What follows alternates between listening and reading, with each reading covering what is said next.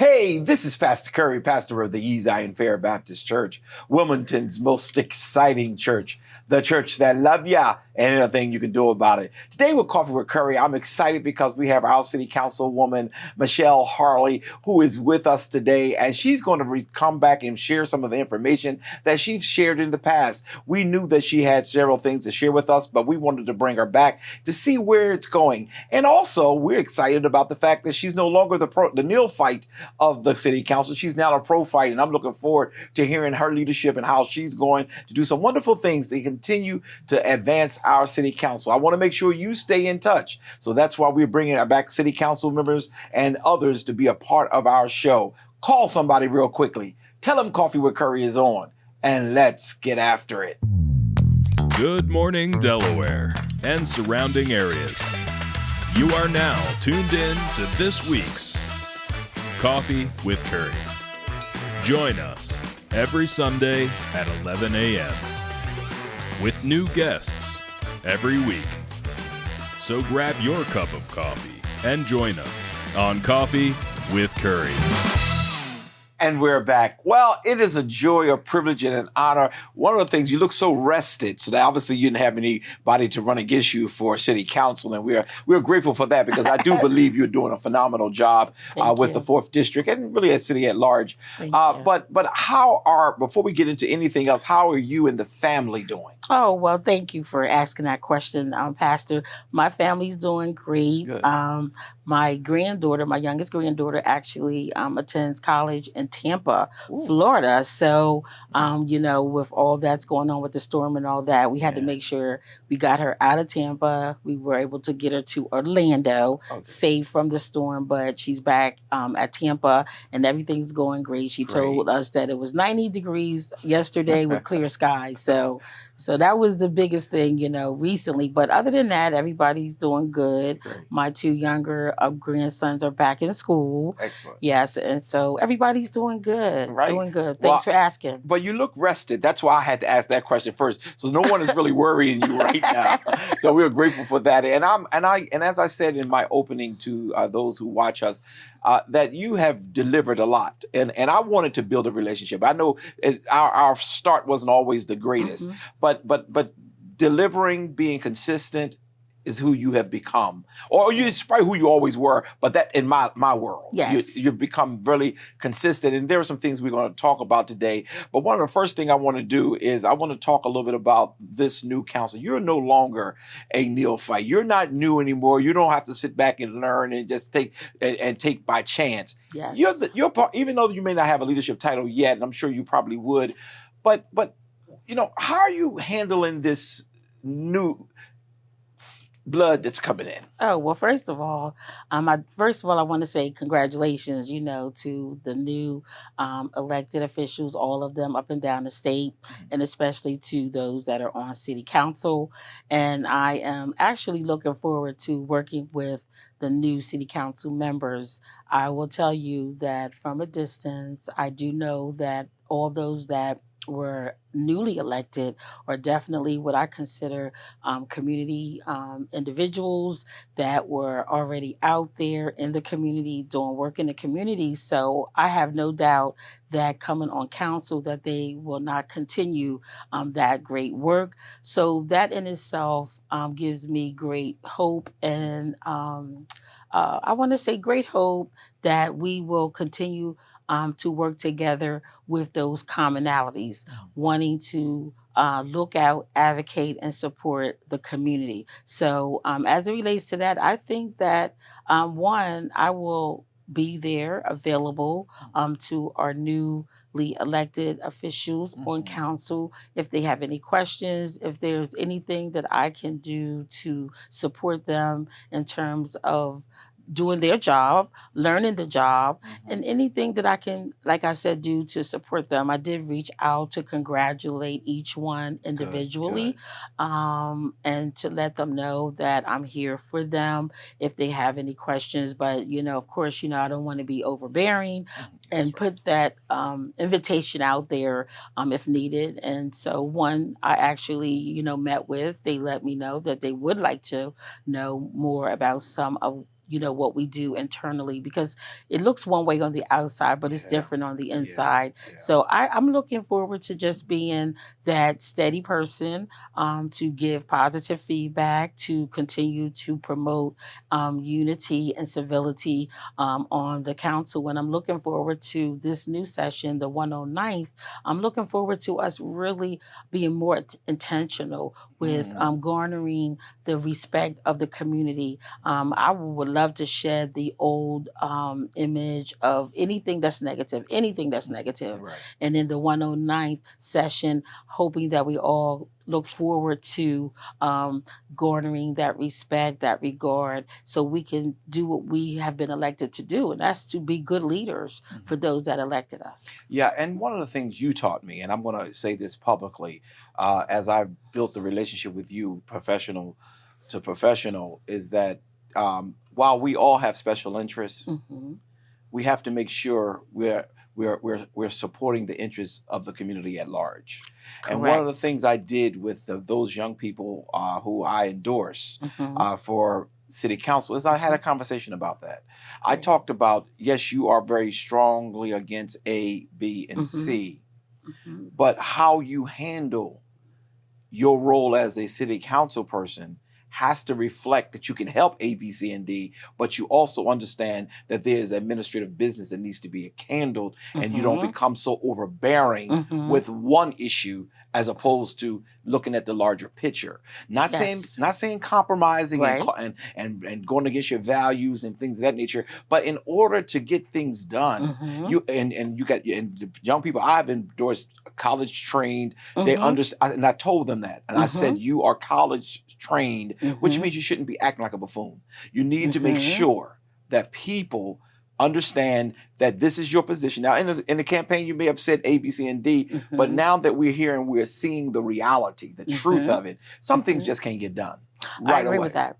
Well, thank you for that, sharing that good wisdom and advice, because as you said, one, we definitely have to work as a collective, because we only represent one vote. Right. So even though, we can feel strongly about a particular topic or issue, it's important to build the relationships to be able to accomplish that what you were trying to do, for whatever that special interest may be. And as you said, those that are newly elected are professionals, right, in their own right. And I think that is important, that we keep in mind that we are not only just council members, but we're also, I think there's a responsibility on our part to handle ourselves and behave in a way that's professional and respectful. And so I agree that those individuals are newly elected.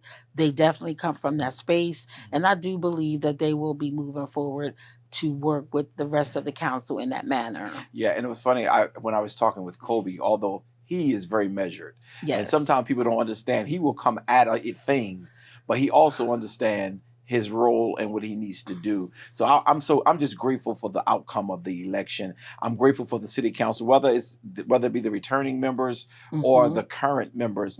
I believe together, you all could really do some great things. And it's not really about fighting I guess at this point it looks like the Carney administration, but it's about how do we come together to better the community. 100%, because when you think about the city is, we're one team, really, even though clearly I understand we're two different branches. That's right. But we have to work together, because one can't do what it needs to do without the other. I do recognize and realize that the legislative branch carries the power of the pen.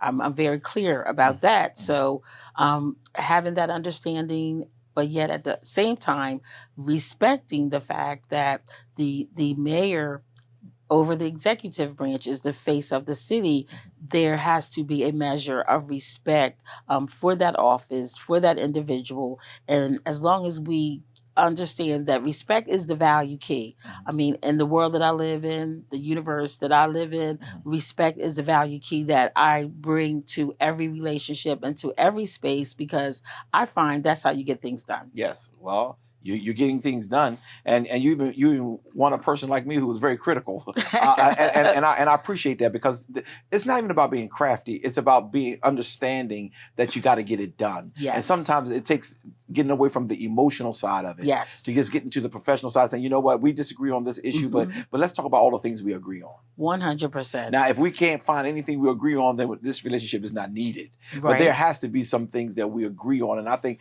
with this new council coming in, I think that's going to happen. And I'm going to be committed, and I promise you this on air, and I'll promise you this off the air. I'm going to be committed that if there's a disagreement that is going on, that a conversation would be had before it become a public spectacle. Because for all too often, the anger of whether myself or others at certain individuals have really clouded the advance and the things that we could have gotten done if we just worked together.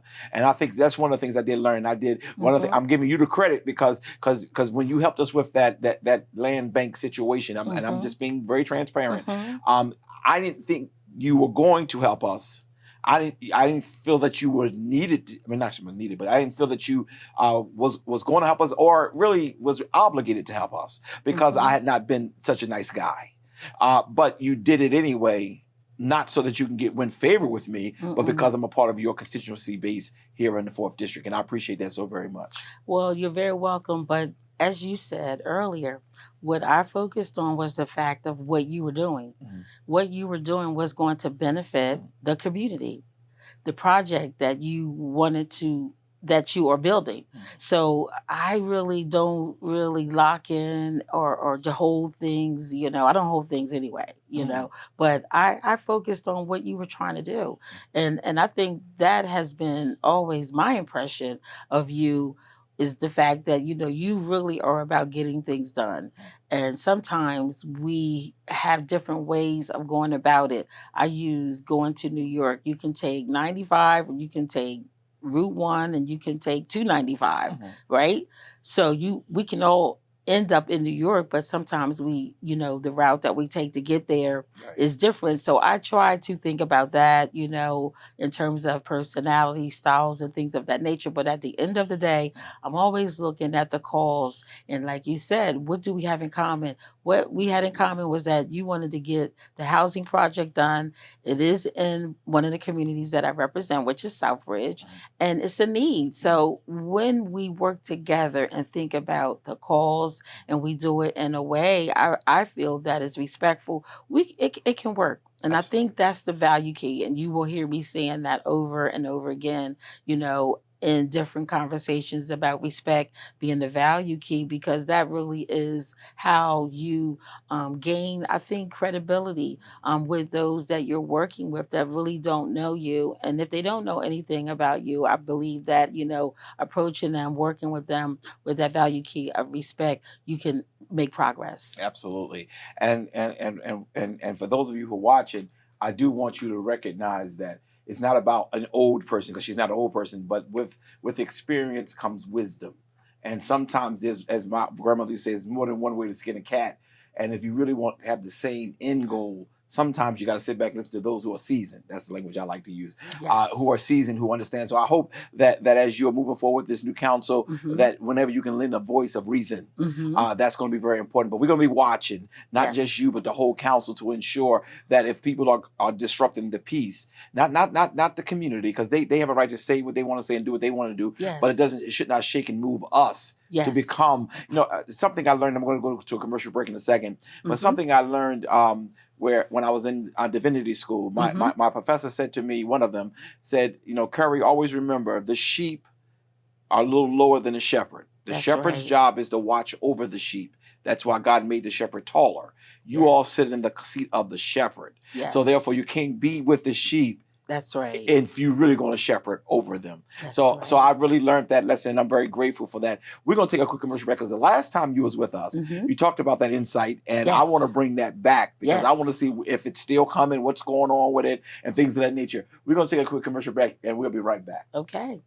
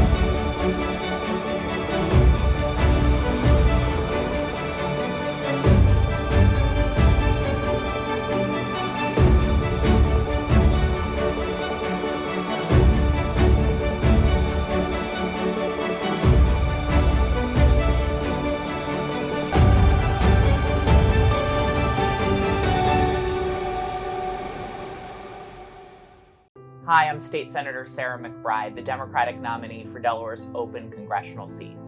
Too many people think government does not respect them. I try to do things differently. That's why I brought Democrats and Republicans together in Delaware to pass paid family and medical leave, because guaranteeing that families have support respects families.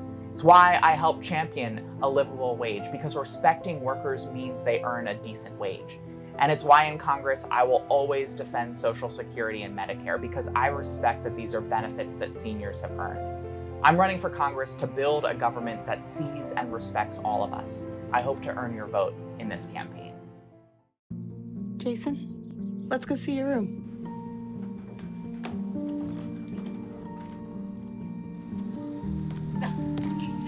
That's not right. How was it? Is it good?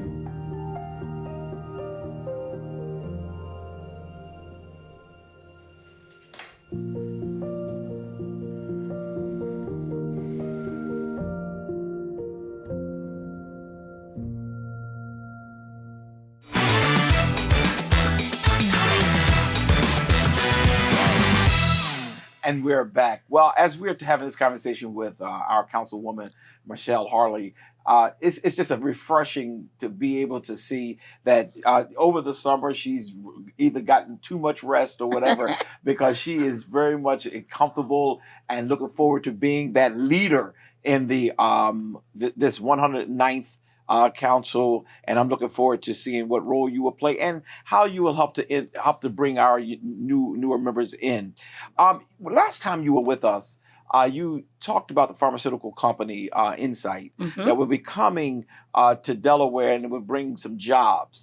I don't want to have you back without asking about that and where we are, if we're still moving forward with that. Okay. So yes, I did have an opportunity to just kind of touch on it before, but of course, you know, you have different viewers that watch at different times, right? Yes. So for those that didn't watch the previous show, so Insight is definitely, it's a done deal.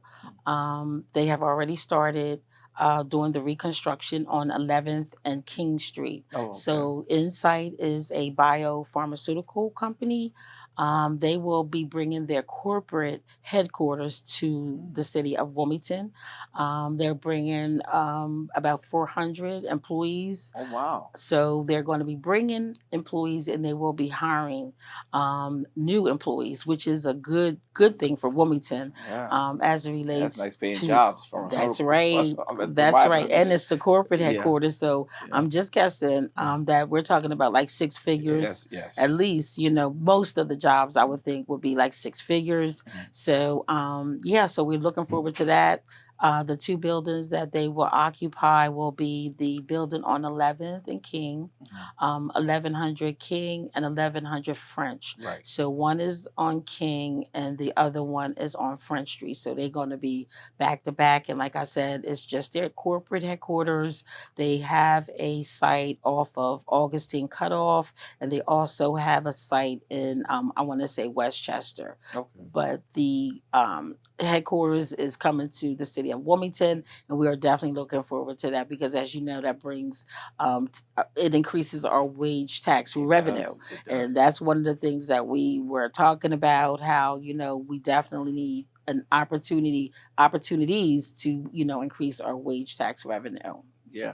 And so when they come, so that means even some of the housing that we're building is going to help support that with that many employees, because some of them are going to be moving from wherever their headquarters are now to here, I'm sure. Yes, absolutely. Okay. Absolutely. So as you mentioned, we definitely have a lot of new development downtown as it relates to apartments. And there are at least two new buildings that are under construction.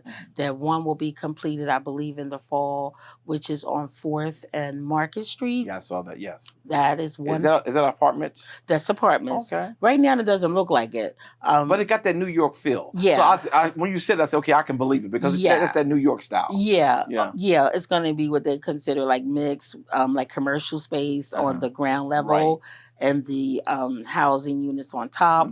And then on 8th and Tatnall Street, that one probably won't be completed until 2025. But those are two projects, housing projects that I know that will definitely be helpful with an influx of people moving into Wilmington just with Insight alone. Wow. Now, your district. Yes. I know Insight headquarters is going to be in your district, but you talked about two development projects that's going on. Are both of them in your district too? Yes, yes. Oh my gracious. Yes, both of them are in the 4th district and they are downtown and they are across the street from each other. Okay. So the Brace Bridge project, is that what you're talking about? No, well, I was talking about the two you had just mentioned two developments that's going on as it relates to the housing. Yes. And you got one right there at 4th and Market. Yes. And then the other one is on Orange Street between 8th and... So both of those are in our district. Correct. Well, for those of you who say, well, yeah, I see. She's supporting those buildings that are for the upper class and She also got another project here in South Bridge that's being built. Matter of fact, there's a couple of them, to be honest with you, because I've been noticing there's a couple of them for low income as well as for seniors. Yes. So you just get it going. But so thanks for pointing that out because as you mentioned, just like, I support the zoning for those particular housing units because the city of Wilmington have two major revenue streams, wage taxes and property taxes. So the buildings that are being built where people are actually moving in those units, they have to pay taxes on those buildings. So that is a good thing for the city of Wilmington. I mean, that's part of our responsibility as the mayor, being the face of the city, the legislative branch working, with our mayor is to attract people and businesses to have a thriving city. I mean, you want your city to grow, and it grows by putting the main infrastructure, housing, businesses, and the things that will draw and attract more businesses to your city. Right. So that is one point. And then as it relates to affordable housing, here in Southbridge, the project that you're working on is going to be one, I was very involved with that. No matter how long I got one going. And the community housing on D Street, that's done, but it's definitely affordable housing where we are definitely, listening to the community in terms of we need more. So you heard the community, you recognize what was needed, as well as Miss Marvella Filata, her and her father. I'm sure you know about that project over there on D Street. The one with the vets? Yes. So, as we were talking about housing, right? So I just wanted to point out how it's not just downtown in terms of our what we call our private sector, because a lot of times our community doesn't recognize the fact that the city always has a private partner that they're working with to make sure that we are keeping our economic engine going. We cannot rely on just wage taxes and housing taxes to really run the city. So at one point in time, it was MBNA. We were called the credit card capital, but we're no longer that. And before them, it was DuPont. We were the chemical giant. We're no longer that, right?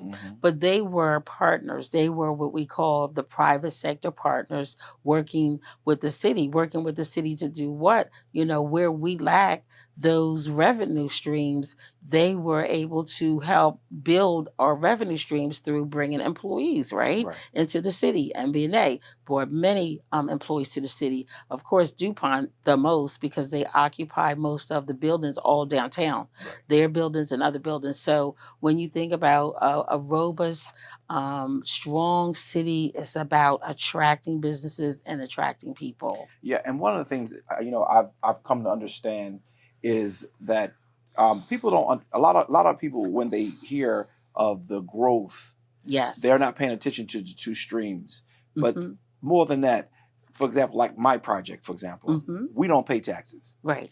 So the city does not profit Right. off of projects like mine. Right. Because my building is going to be built, now quite Mhm. naturally the wages of those who work on the building, but Mhm. once it's built, Mhm. it's really going to be a nonprofit. Right. So it's not going to bring back any money into the city. Right. So what I would like to make sure as we're talking, Mhm. people understand that you have to have both. Right. We do want to take care of those who are economically not as Mhm. fortunate as others, but we Mhm. also want to make sure we're attracting people to our city Yes. who really can bring the revenue in so that you can allow people like me to build Absolutely. and get zonings and things of that nature. And I think that's so important for those of you who are watching us to please make sure that when I was bringing up how, I've fallen in love with Councilwoman Harlee because of her, and I mean not in love with you because I don't want you to think that I'm going to leave my wife. I know. I'm just messing with you. But it's because really she understood and understands. You're a DuPonter. You're also a college educated, trained woman. You understood that and still understand that it's more to it than just helping the rich or the poor. It's about the melting pot of both. Because when I brought up about some of the things that's going on in your district, Mhm. and we haven't even talked about some other little things that are happening, Mhm. you're encouraging, you are embracing those big projects, Yes. but you also Mhm. are encouraging and embracing the Mhm. little projects. Absolutely. And the two is what makes a healthy community. Absolutely. Because the one big one you're doing Mhm. is going to help fund the one that you get a dime from. You got it. And I think people need to understand that difference. If all you cared Mhm. about was making sure Zion Fair built something for seniors Mhm. and nothing else, then you would really do the city a disservice. Absolutely. And I wanted to say that slow. Yes. Because people really need to understand being a city council person Mhm. is not about running around as if you're Jesus. Right. It's about being strategic Mhm. and well thought and working through well thought plans. Yes. I'm looking at your plan now Mhm. that a lot of it is in the work. Mm-hmm. I see the Mhm. buildings that you have supported. Yes.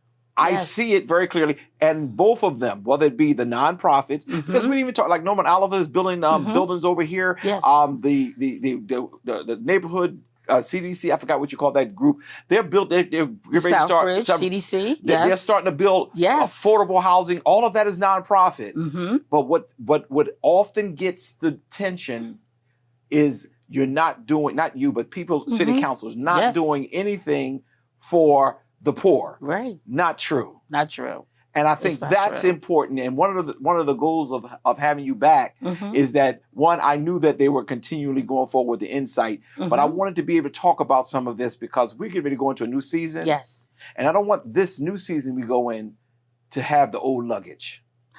Agreed. Because there's a new season. Who God wanted to be a part of the council Yes. is still there. That's correct. And have been now joined in. How do we move forward with that understanding that y'all got a financial responsibility Mhm. and a humanity Yes. responsibility? Yes. So thanks for bringing that out.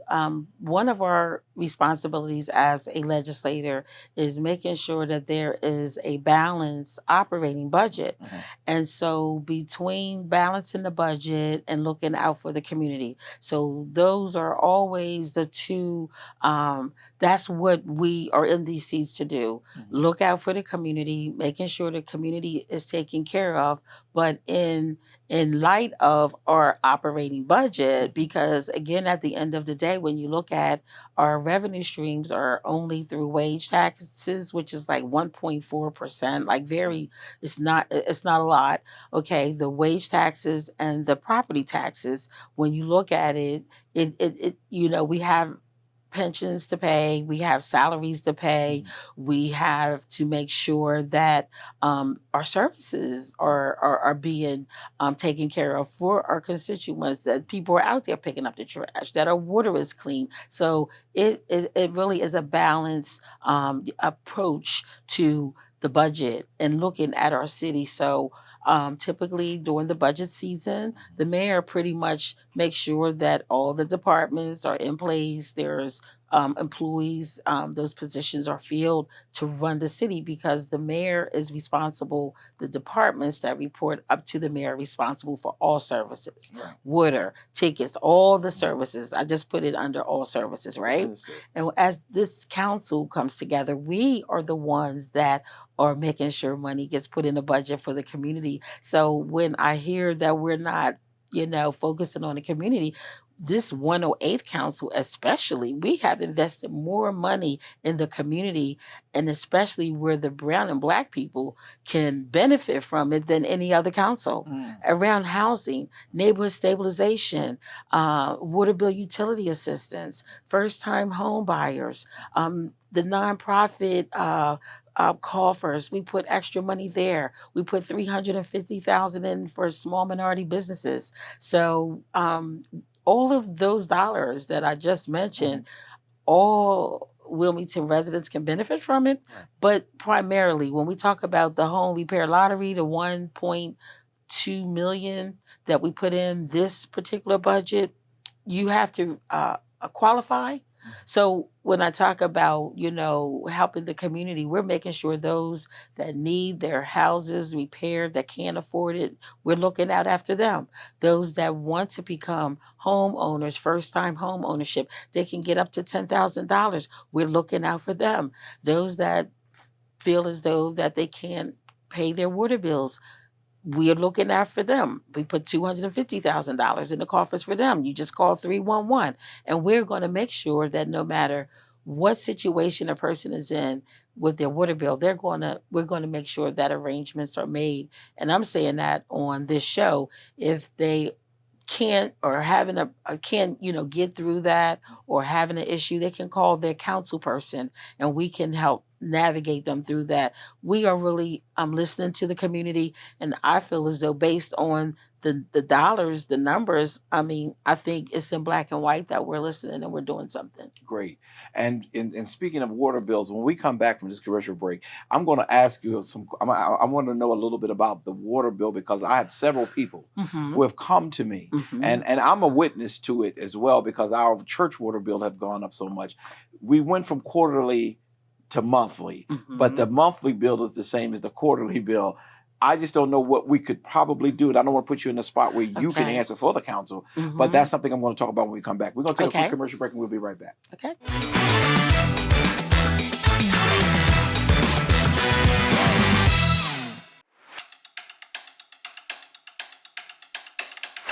Local news and politics in the city of Wilmington, Delaware. The latest headlines with your host, Dr. C.T. Curry. But they getting rich, getting new cars, getting new houses, getting new opportunities, but the community is still getting nothing. And co-host, Kobe Owens. And from that time, we have slowly seen our democracy become under attack. Weekly episodes. Sundays at 5 p.m. The Source. When Roe v. Wade fell, we all got mad. Matt Meyer got to work, helping the First Aid Abortion Fund get up and running so women can get reproductive care here in Delaware. Matt went to work protecting kids from gun violence, too, reducing shootings almost 50%. As Matt's wife, I'm incredibly proud. As an emergency room doctor, I see the difference he's making. Matt will be a great governor because he doesn't just talk, he's walking the walk.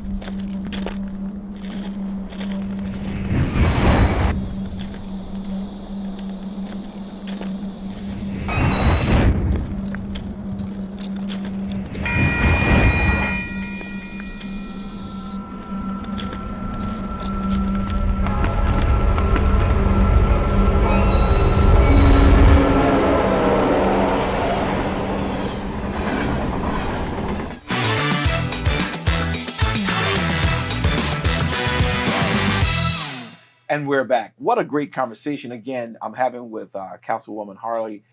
It has been a joy and a privilege to see the transformation of even our relationship, but really how she really interact. And I guess a lot of it had to do with her natural upbringing, but also her training and her education, as well as she's been an executive for several years with DuPont, to my understanding. Am I correct? A lot of years. You retired. A lot of years. Yes. Yes. Okay. Yes. So I really enjoyed the conversation today, and I wanted to now, just as I was leaving for the commercial, I thought about something while you were talking. Several people have, and I don't say everybody, but several people have talked about the water bill would be higher once we move to a monthly, and then we've heard on our show many times they were saying it's going to be outrageous. Now, you're not the spokesperson for the council, and I don't want to start that up. Right. But how would you address the fact that we done went to monthly Mm-hmm. and it appears that we are paying the same we were paying for quarterly? Okay, so if you just thinking about numbers, I'm gonna just address that. So the same, if you're paying $100 a month for something, and you end up paying for it quarterly, it's $300. So it should be the same, based on what you just said. Right, it should be. Right. So you said that when it was quarterly, you're paying the same now that it's monthly as it was quarterly. Yeah, so we paid the $300 monthly instead of 100. You paid it $300 versus $100. Right. Right. So now you're paying $100 a month. Right. We're just using, numbers. Right.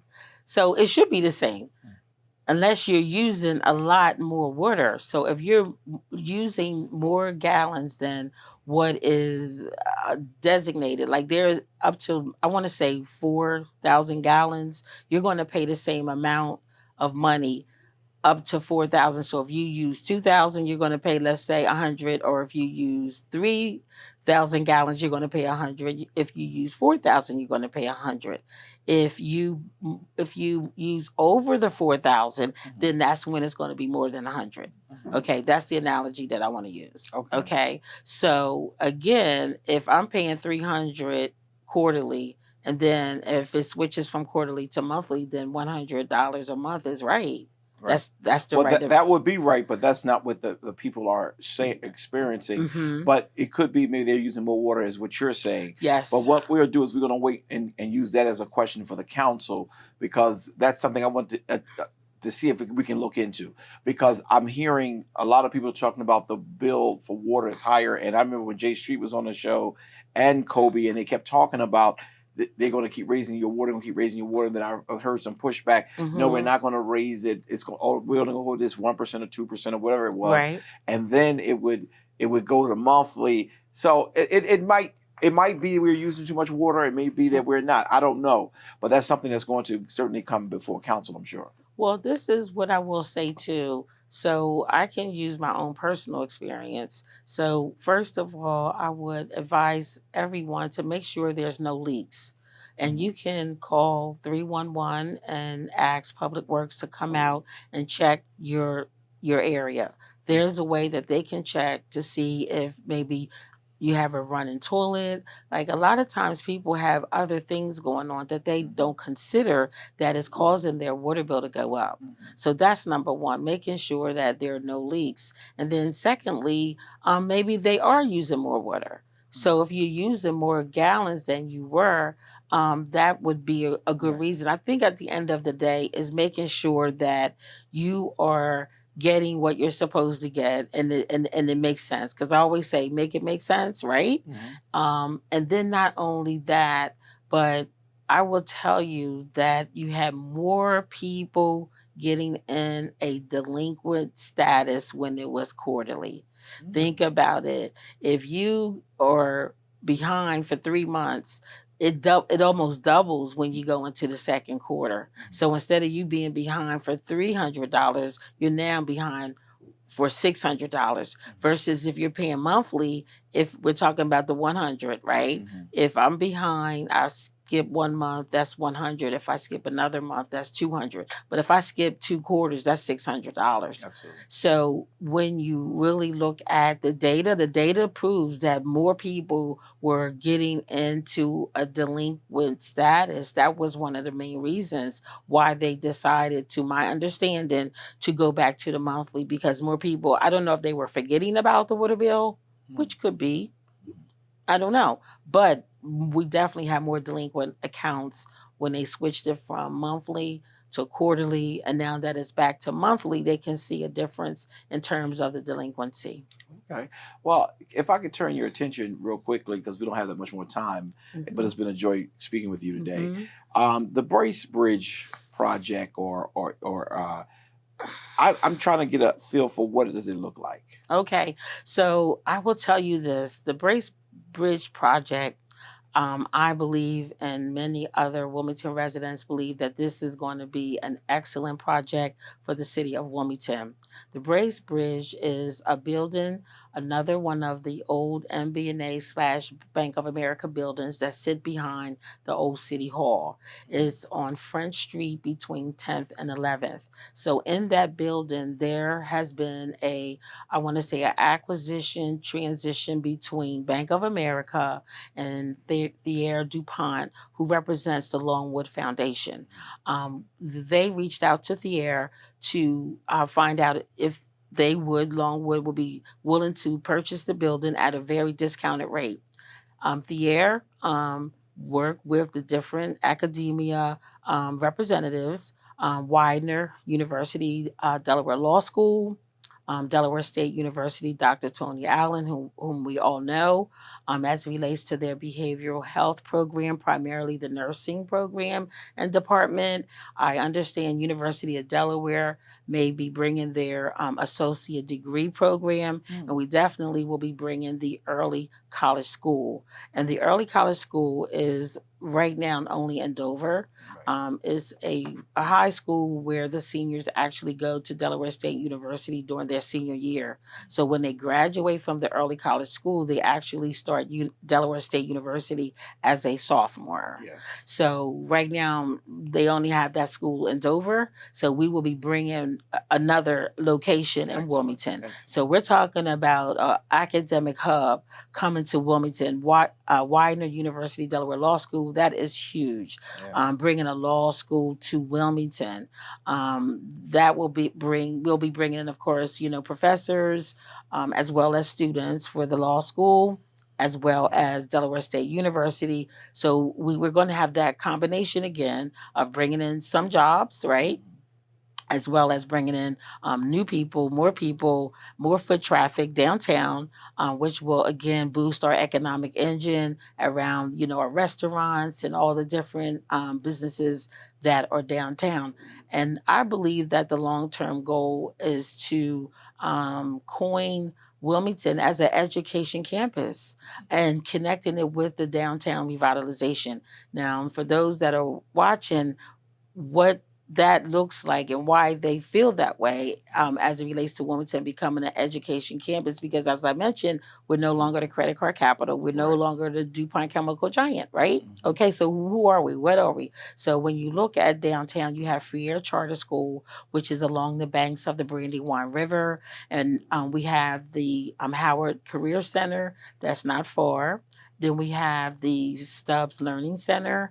We have the Montessori School. All of these schools are within, I want to say, no more than 5 blocks or downtown radius between the Brandywine down to the riverfront, where you have the Delaware State University campus down at the riverfront. You have Del Tech, which is on 4th and Shipley, right?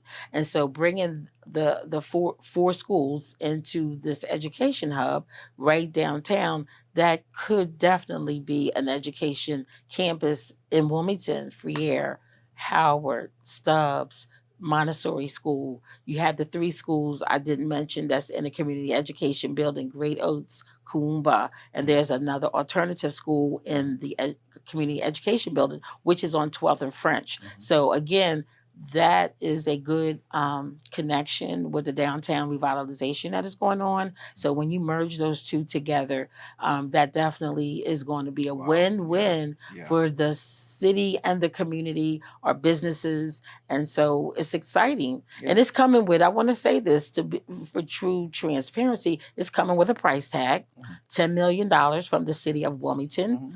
They're asking for $5 million from Newcastle County. They're asking for $13 million from the state of Delaware, and also from the federal level as well. Now, I can't quote what they are asking them for because it wasn't sure. I wasn't sure. The person wasn't sure. I put it like that. But I know about the city of Wilmington. Thierry Dupont, Dr. Allen actually came to City Council's committee meeting back in, I want to say April or May, and they did the presentation for us. So somebody may say, you know, where are these numbers coming from? Says who? Okay, so they did the presentation. It is a $58 million project. The total is $58 million. They're asking the city of Wilmington for 10. And somebody may say, well, why are they asking the city for 10? Because we're going to benefit from the wage taxes. We're going to benefit from the foot traffic, you know, in terms of our economic engine and the work development opportunities in terms of jobs that we will be able to offer and give back to Wilmington residents. So when you look at that project, Bracebridge, it definitely is going to be an academic hub, and we are looking forward to that because, again, we want Wilmington to be known for more than just building apartments. Right. So but you need them in order to get all these people to get in here, though. Absolutely. Because at one point I was saying to myself, why are we building all these apartments when we don't even have anybody downtown? But we see it's coming. It's called planning for the future. That's what it's called. And those individuals who believe, why will the city invest $10 million? Because we're going to get about $100 million out of it. Absolutely. The and that's what turnaround. Understand that. 100%. 100%.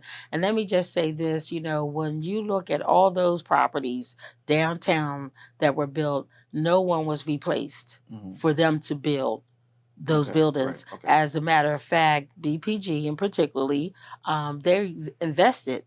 Because if you look at downtown's buildings from 2nd and Market Street up through, I want to say 9th and Market, a lot of those businesses had 2nd floor properties. The storefronts had 2nd and 3rd floor properties that they purchased them and repurposed them and turned them into apartments. So for many, many years, at least 20 years, they were just blighted buildings. So you didn't have any residents that were replaced for them to build. So they didn't move anybody out, displace anybody to build those buildings. They actually invested in the city of Wilmington. And of course, all developers work with the mayor. I don't know all of the ins and outs in terms of the negotiations, but you have to give something to get something.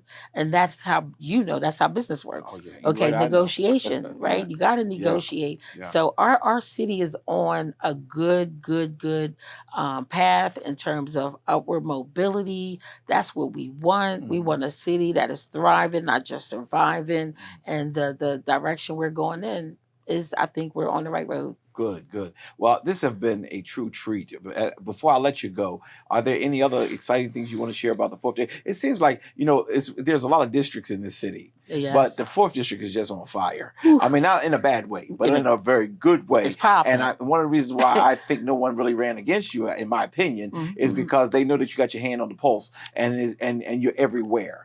We're not saying you're perfect because none of us are. Right. But you got your hand in everything, and you're supporting what needs to be supporting. You're discouraging that which need not to be happening, and we think that's a very good thing. And I was one of the greatest critics, and I'm going to be one of your greatest cheerleaders to say keep moving forward, doing what you have to do in order to secure our city for years to come. And that's what I'm doing here at East Zion Fair. I don't know when I'm going to retire. Maybe next year, maybe 10 years. I think it'll be 10. But I don't know when it is, but I'm preparing the church now to be able to live another 150 years in my absence. And I think that's what you try to do with the vision that you've had, and that is to show up and to support and to encourage the areas that needed to get it. And we all have more work to do. Yes. And we will continue to fight until the Lord say, you have done well, servant.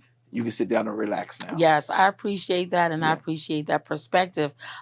As you said, the 4th District really is a microcosm of the city of Wilmington, the entire city. And what I mean by that is that I have everything in the 4th District that everybody else have and all the other districts have, but they don't have everything that's in the 4th District, right? Right. So I got we're not a district of just mainly neighborhoods. Right. We are a district of neighborhoods and businesses. Yes. So I have business constituents as well as residential And constituents. you have poor and you have rich. Yes. You have black, you have white, Yes. Latino. You are a Everything. diverse district. Most, yes. And that's what I was really getting to. Yes. It's like the 4th District is it's not like you over here in South Bridge. And Right. That's it.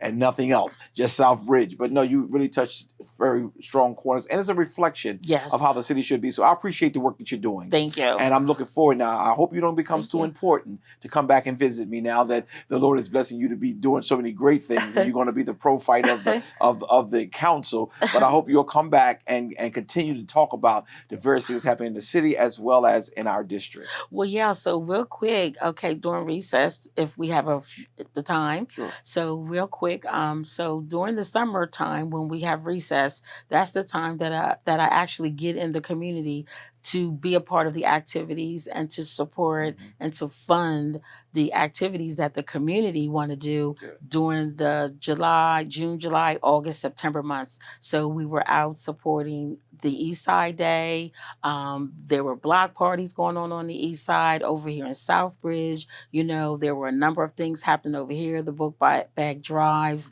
all over the different communities where people want to come out and they need funding and support.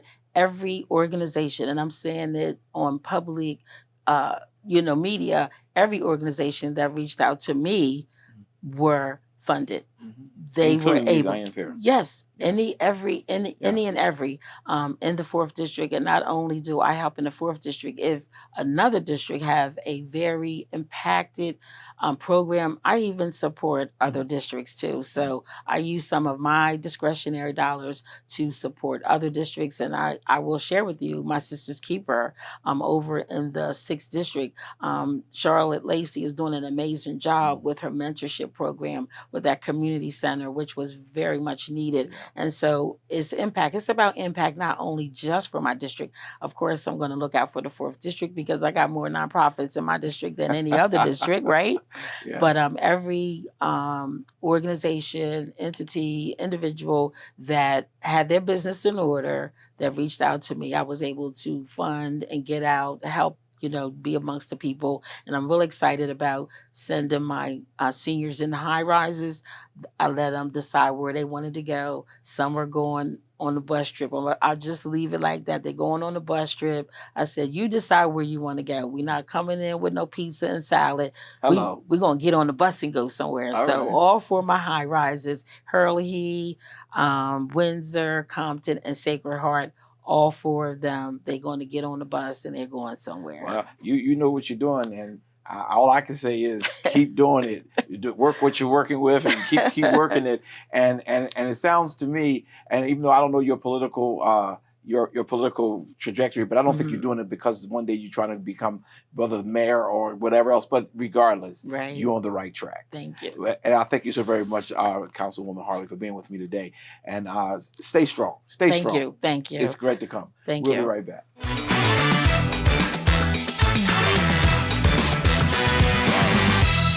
Hello, my name is Kobe Owens, and I'm running for the Democratic nomination for the City Council 1st District right here in Wilmington.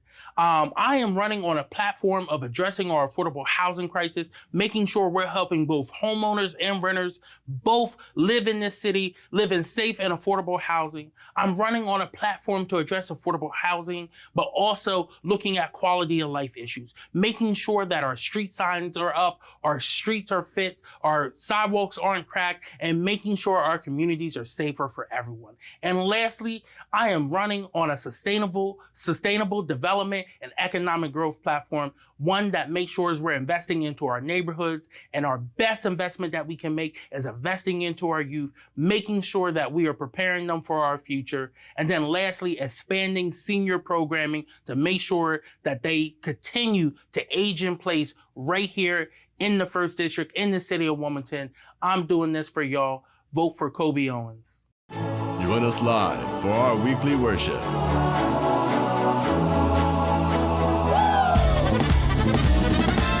Every Sunday at 9 a.m. on Facebook and YouTube.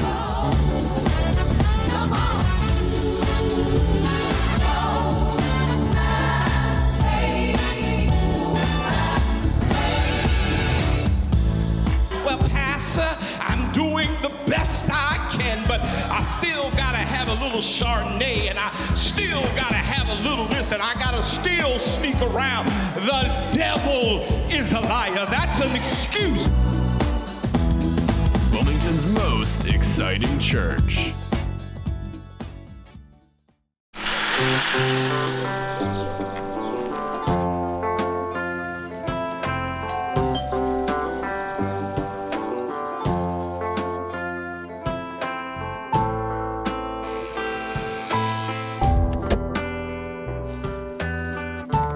The American Cancer Society's Hope Lodge communities offer a free home away from home, closer to cancer care.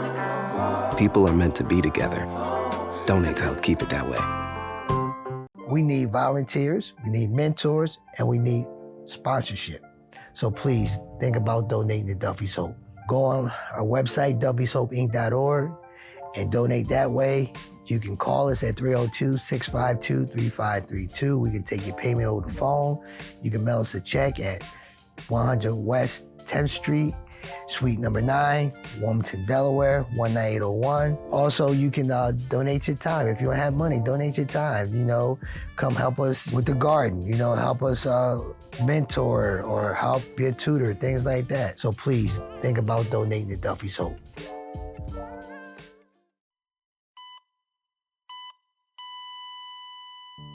Christopher Holton. I'm very active. It was a Saturday morning. Normally I go for my normal walk. With no warning, Chris suffered a near-fatal heart attack. But thankfully, Brian Buckley, a bystander, saw him collapse and rushed to help. He did this big gasp for air and then just stopped. It's like I went into autopilot. It's like all that training I did back in the day around CPR just magically came out of nowhere. Because of the CPR training that Brian received, Chris did make it and didn't die on the trail that day. CPR training provided by the American Heart Association. Looking at your hands, these two hands could save a life. Being a father, you want to be around. You want to be around for your kids. Heart disease is America's #1 killer. To learn more about how the American Heart Association helps save lives, go to helpheart.org.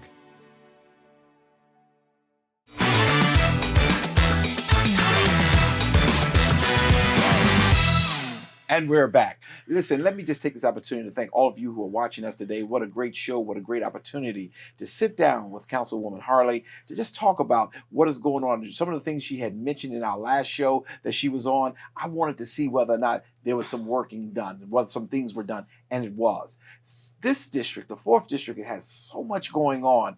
I'm just sitting back in a quiet zone, shocked, awed, and amazed at the many things that she supported. Some things I didn't think she should support, but she supported it. Now it is coming to fruition why she did it. It wasn't so that she could run for mayor. It was really because she wanted to see the city in a larger picture, as opposed to that smaller picture where it's just about South Bridge or it's just about this section of the city.